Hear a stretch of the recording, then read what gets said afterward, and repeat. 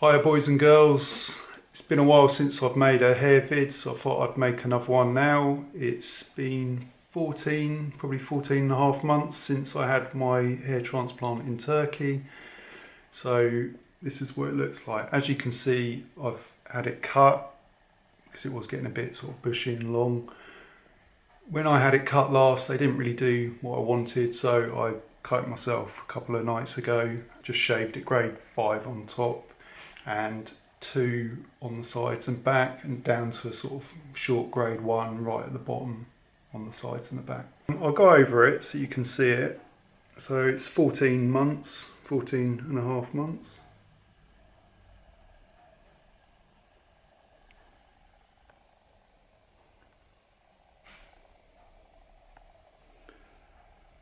I get a lot of people asking about, is there any scarring on the donut area? So I've cut it kind of as short as I can, pretty much down to the skin almost on the sides and the back.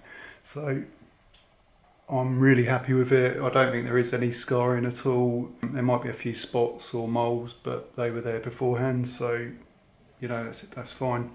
Hairline, now the hair is shorter, you can see. I'm still really happy with the hairline. At the moment, I washed the hair sort of last night, and this morning the only thing I've got on it at the moment, no fibres or anything like that, some of my Gents of London carbon clay, which is a matte clay. The only thing is, with any sort of product, you don't want wet look gel because it will make your hair look really thin. This is a matte look product, but even so it still kind of makes it look a little bit thin. It's weird because when you have your hair cut, it always looks quite thick on top. Even before you've had a hair transplant, sort of when you're younger and you've got a lot of hair, so when they shave it, or you shave it yourself, whatever, it always sort of looks like it's still quite long, and it's not till you've actually washed it and you get up the next day and you think, yeah, it's actually quite short. And so yeah, it's pretty short at the moment compared to what it was anyway. I get a lot of questions, the same every month, so I'll quickly just run through a lot of the ones that I get, and then I've got some others on my phone that I'll go into. So I had my hair done in Turkey, in Istanbul, with Dr Cinik. Dr Cinik made the incisions. Somebody today asked me, what are the incisions? Are they the cuts? That is the actual cuts that they make. Some people call them canals as well. That is where the hair gets put into. So I had that done in December 2018. The first 6 months I didn't cut it at all on top. I left it like the doctor said. I followed the doctor's orders literally to the letter. As far as pills go, I've never taken finasteride. I don't take finasteride. I give blood regularly and they don't allow it. The pills I take, I'll give you a quick run through because I get asked this quite a lot. Saw palmetto, and people go mental when I say that because it's not been proven to stop hair loss, but I don't seem to get any hair loss since I've been taking it, so hopefully it is helping. I take one of these pills per day. This is 500 milligrams. That hopefully stops my hair loss. There's been a few studies as well more recently, and it's kind of looking quite promising. It's also used for prostate problems, the saw palmetto. I take, the other main one I take is the biotin. Can't always get it to focus. I take, these are 10,000 mcg. I take one of those every day. The other two I take omega-3 fish oils. The reason I take those, they're supposed to be good for your heart and they're supposed to be good for conditioning of the hair. And multivitamins and minerals. Take one of those daily. I've always taken multivitamins, just it's supposed to be good for you. So they're the 4 I take at the moment. I take one of those pills every day. I buy them on Amazon. I'll leave links below if you want to buy those ones, or if you want to buy different ones, it's up to you. I think they're all pretty much the same, you know, it's up to you. I buy usually the ones that have got good value for money and pretty good reviews. I know you can't always trust reviews, but you know, if you've got tons and tons of really good reviews, then they should be pretty legit, I think. Right, the next question, are my pills vegan? I'm not a vegan myself. These multivitamins are, I've just spotted it says on them, vegan tablets. Don't know if all of mine are, but I'm sure you can get vegan versions of the pills. Biotin, saw palmetto, multivitamins and omega-3s. Yeah, I've had a few female asking about hair transplant. I've got to say, a lot of the females literally just go for it. They don't question too much. They might ask where I got mine done, and that's it. They will go for it. They don't seem to worry quite as much. I think a lot of them get the front done to bring it forward a bit, rather than like bald patches at the back of the crown, which guys have more. Another question I get asked loads is, what package did I have?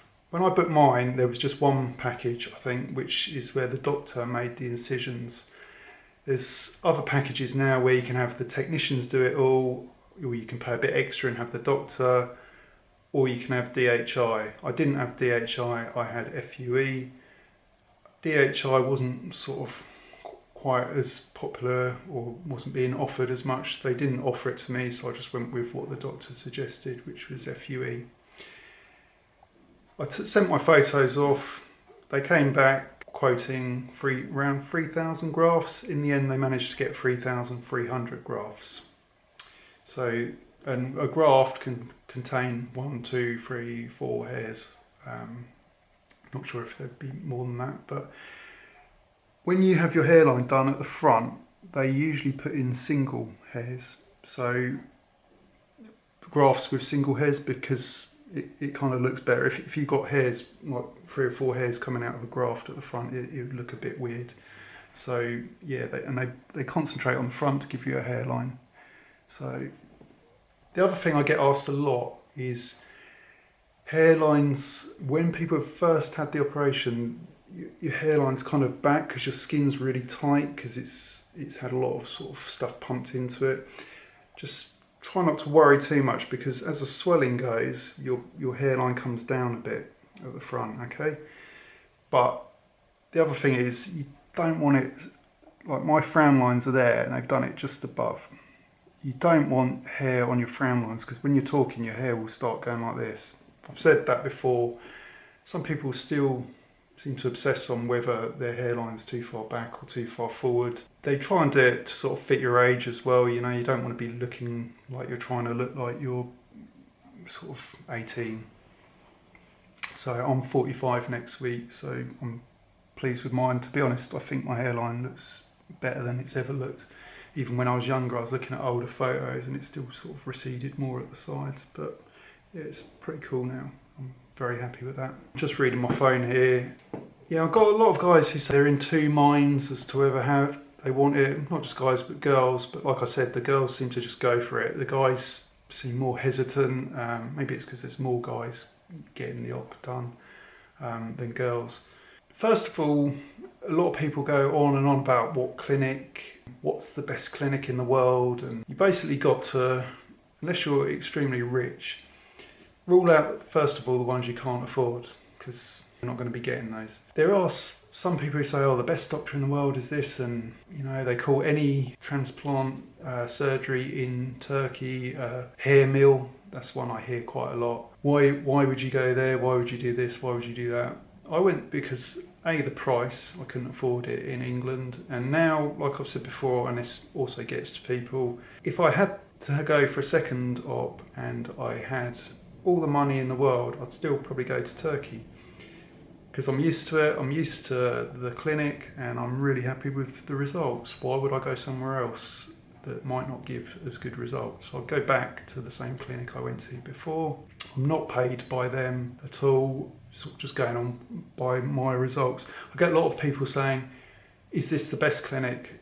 I can't tell you what is the best clinic and what isn't. That's up to you to research. I chose my clinic based on other guys' results, which I thought were really good, and that is why I went to the clinic I went to. As for people saying hair mills, like I've said all along, as long as they've got enough staff. I had the same technician all the way through the operation. The doctor came in and made the incisions. The doctor kept popping in anyway just to check that things were fine, and I was happy with that. As long as they've got enough staff. If they were a massive corporation and they had like 100 operations a day, as long as they've got like a couple of hundred staff, then it's fine. I paid €1,990. I get asked that quite a lot as well. It's gone up in price since I had mine. I think it's around about €500 more if you have the doctor do the incisions. If you have a technician, it's about the same price as what I paid. That is a package. You get a hotel. I had it for 2 nights. I think they do it for 3 nights sometimes now.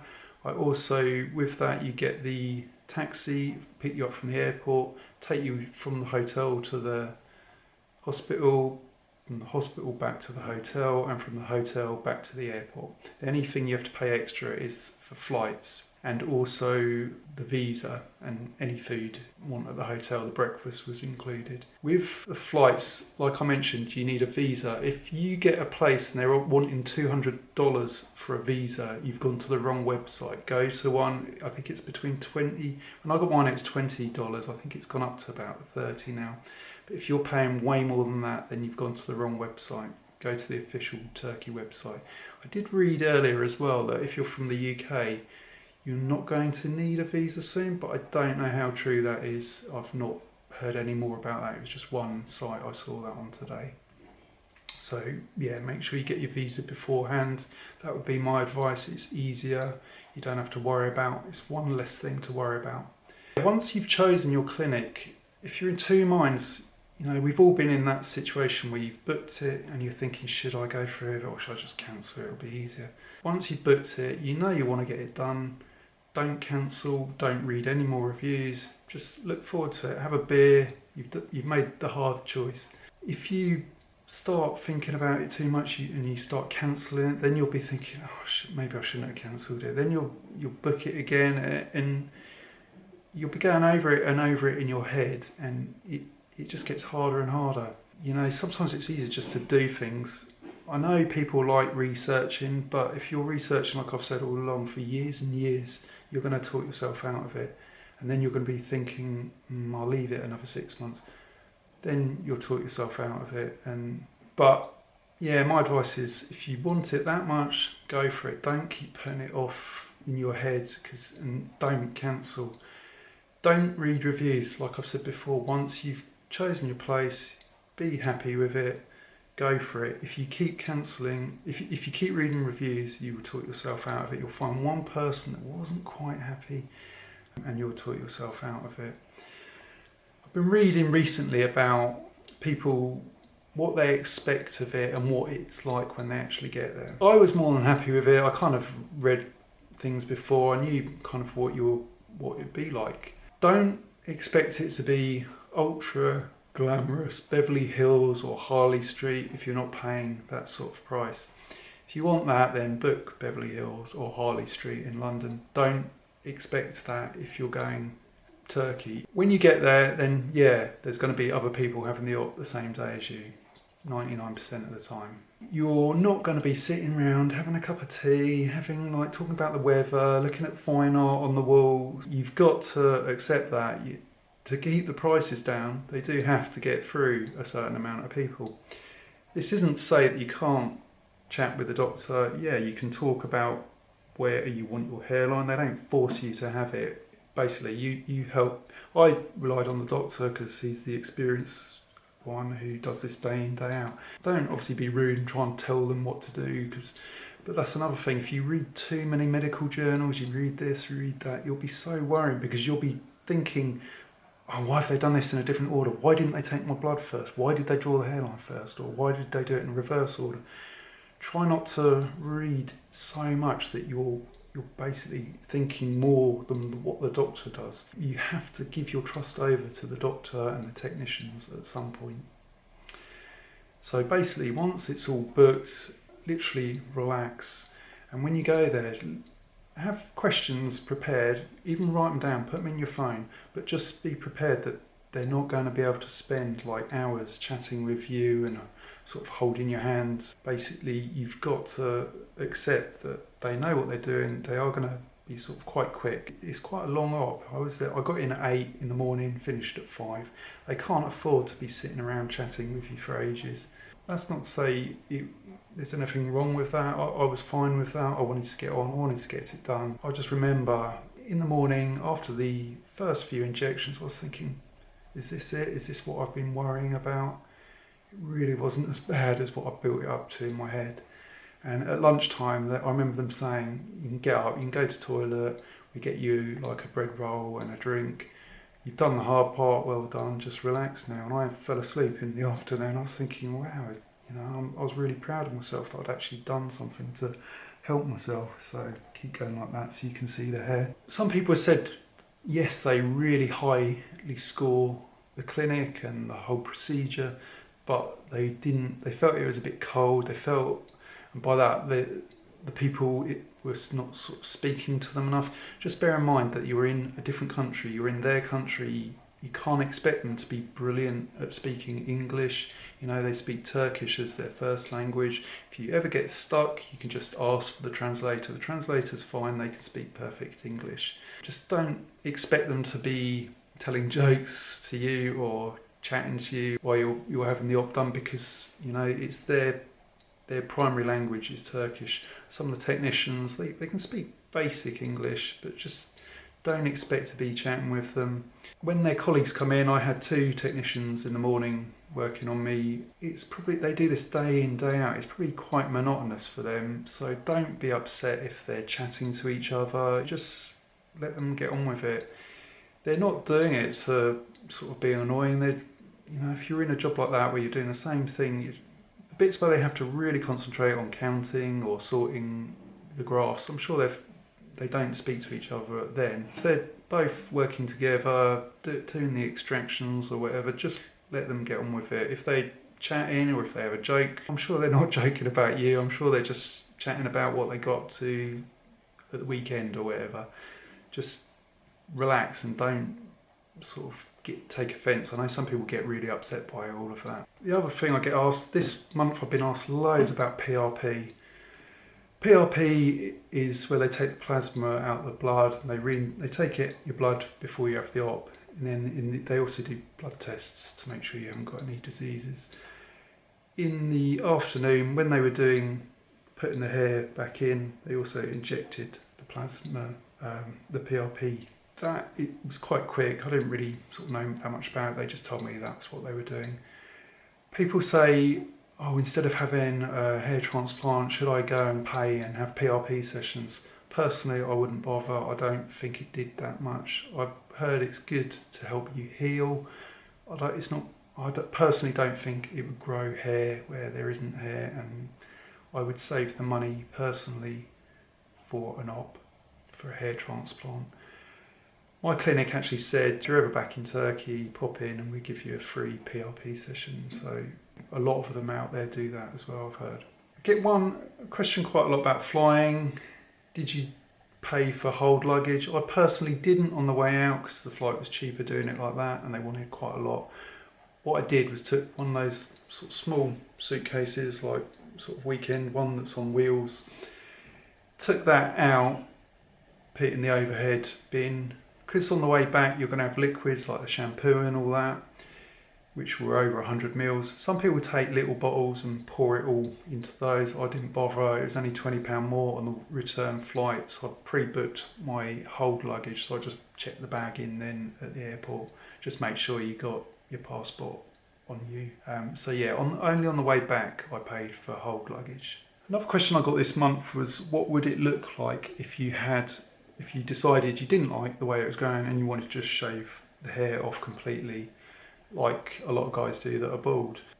I personally don't think it would look any different than if anyone else sort of shaved their hair off. You can see on the sides, it looks fine. It doesn't look scarred. I keep hearing about this scarring. If you have FUT, that's the old sort of style where they cut a big chunk of skin out of the back of your head, take it out, and then they stitch skin back together. You'll have a big scar along the back. So that is how you can get a big scar. I don't know many clinics that do that. You just don't hear about it quite as much now. It's always FUE or DHI. That would leave a big scar, the old style FUT. I didn't have this done, I had FUE, where they just take the grafts out and then the doctor makes the incisions, or the technician, and then they replant them in the top. So yeah, I mean, if I shaved all of the hair off now, like grade 1 or 0.5 or 0 or whatever, I think it just looked like I was bald kind of thing. There's not loads of scarring or anything like that. So, but yeah, that's about it. If you get questions, as always, feel free, leave a comment and I will try and get back to you. My main advice is just try not to overthink it. Just, if you want to get it done, choose a place, go for it. Don't think and think and think and think, because you drive yourself nuts and you worry. And also, once it's done, just let it grow. Don't be analysing every little thing. If you look, I know it's really hard not to look in the mirror and you're sort of worrying about it, but don't look every single sort of 20 minutes, because it's not going to change that much. It's like they say, you really can't tell until it's been like sort of, I don't know, at least 4, 5, 6 months before you can actually sort of see how the results might look. And it still does keep growing. I mean, my crown you can sort of see through a little bit, and that's got beard hair in it, so it feels a little bit of a different texture, but it's mixed in with normal hair. But don't try not to keep looking every sort of 20 minutes, because you'll be worrying yourself, and then that's not good for your hair. So just sort of take your time, just give your hair a chance to grow, and your head will be swollen for a bit. It's had an operation, it's had lots of little cuts in it, so just let it heal. Some people take longer than others. You get a lot of people like the first 10 days. I was the same. I was looking at mine, I was thinking, oh, the hairline's way too high, but it looks, now that I've cut it, it does look higher up. But when you first have it and you're sort of swollen on top, it does pull your skin back, and your hairline does feel high, but it does move down as soon as the swelling's gone. So yeah, but no, overall I'm really happy with it. And like I said, if I need a second op, I've got no money at the moment, but if I do and I ever get some money, I'll go back, no doubt about it, to the same place. That's about it for now. I've been travelling a bit. I've been in Romania last month. I think I'm in Sweden and Norway next month, because I saw a deal for that. So hopefully going to be doing a train trip out there. If you like travel, check out my travel videos. I haven't actually put any of the actual places I've been visiting. I've just been doing hotel reviews. Some of the hotels out there really cool. I stayed in some really nice hotels, and they're quite a lot cheaper out there as well. So you can sort of, for the same price as a 3-star hotel in England, you can get like a 5-star hotel out there. So well worth checking out if you're ever in those sort of areas. But yeah, that's it. If you've got any questions, feel free to ask. I will try and get back to you. Like I said before, try and create a new comment. Don't latch on to someone else that was about 3 months ago, because as soon as I release it, it shoots down the page. It's really hard to find. I do try and answer all of your comments as much as possible. 1, I think, or 2 this month I accidentally deleted, so I'm sorry about that if it was your comments. Please feel free to ask the same question. It was like really early in the morning when I got up for work, and I went to click on reply and I clicked on delete by mistake, so apologies for that. Always feel free to comment below. I do, like I said, try and get back to all comments, all rational, sensible comments. Sometimes you get real weird ones which I don't reply, I just delete. It shows you a little bit on analytics on YouTube, but it doesn't show you tons. So I live in South Bucks in England, but whereabouts in England do you guys live? Or are you from USA, Australia, somewhere else in Europe? Whereabouts? Put in a comment below. It's always interesting to know where people are from. Cheers, bye.